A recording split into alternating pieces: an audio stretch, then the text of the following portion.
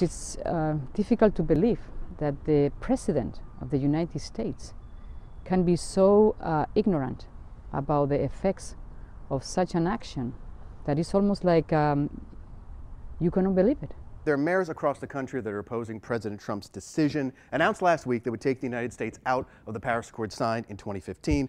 We're going to cancel the Paris Climate Agreement. Now, mayors across the country have signed on and said they're going to oppose the pact, and one of the cities is White Plains, just north of New York, population 55,000, Mayor Tom Roach. I don't think that we are trying as much as we should.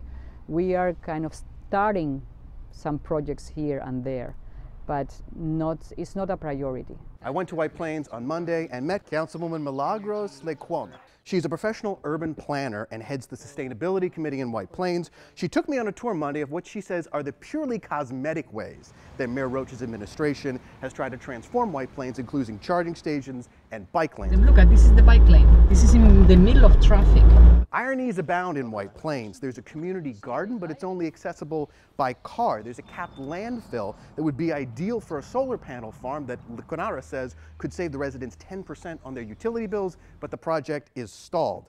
Goats eat the poison ivy in the park, but Lecuona said the council isn't quite sure where the goats came from. If he's turning over this park and putting the goats in there to manage it, why not tell the council? I don't know. That's why I'm running for mayor. Lecuona is challenging the mayor, a fellow Democrat, in the Democratic primary in September. Now, the mayor told me that he defends what's being done and attacked his rival, saying she hasn't sponsored any legislation to make White Plains greener. But is it unrealistic to expect one small city to reduce its emissions by a quarter? Lecuona says yes, but they have to try, and it starts with the people. We are expecting the big change in big corporations in the city doing this and that, but the resident can also be educated so that things are being done at all levels. Tell me about the bike lanes going off into nowhere. The bike lanes don't seem, from what I saw, to necessarily be connected to one another.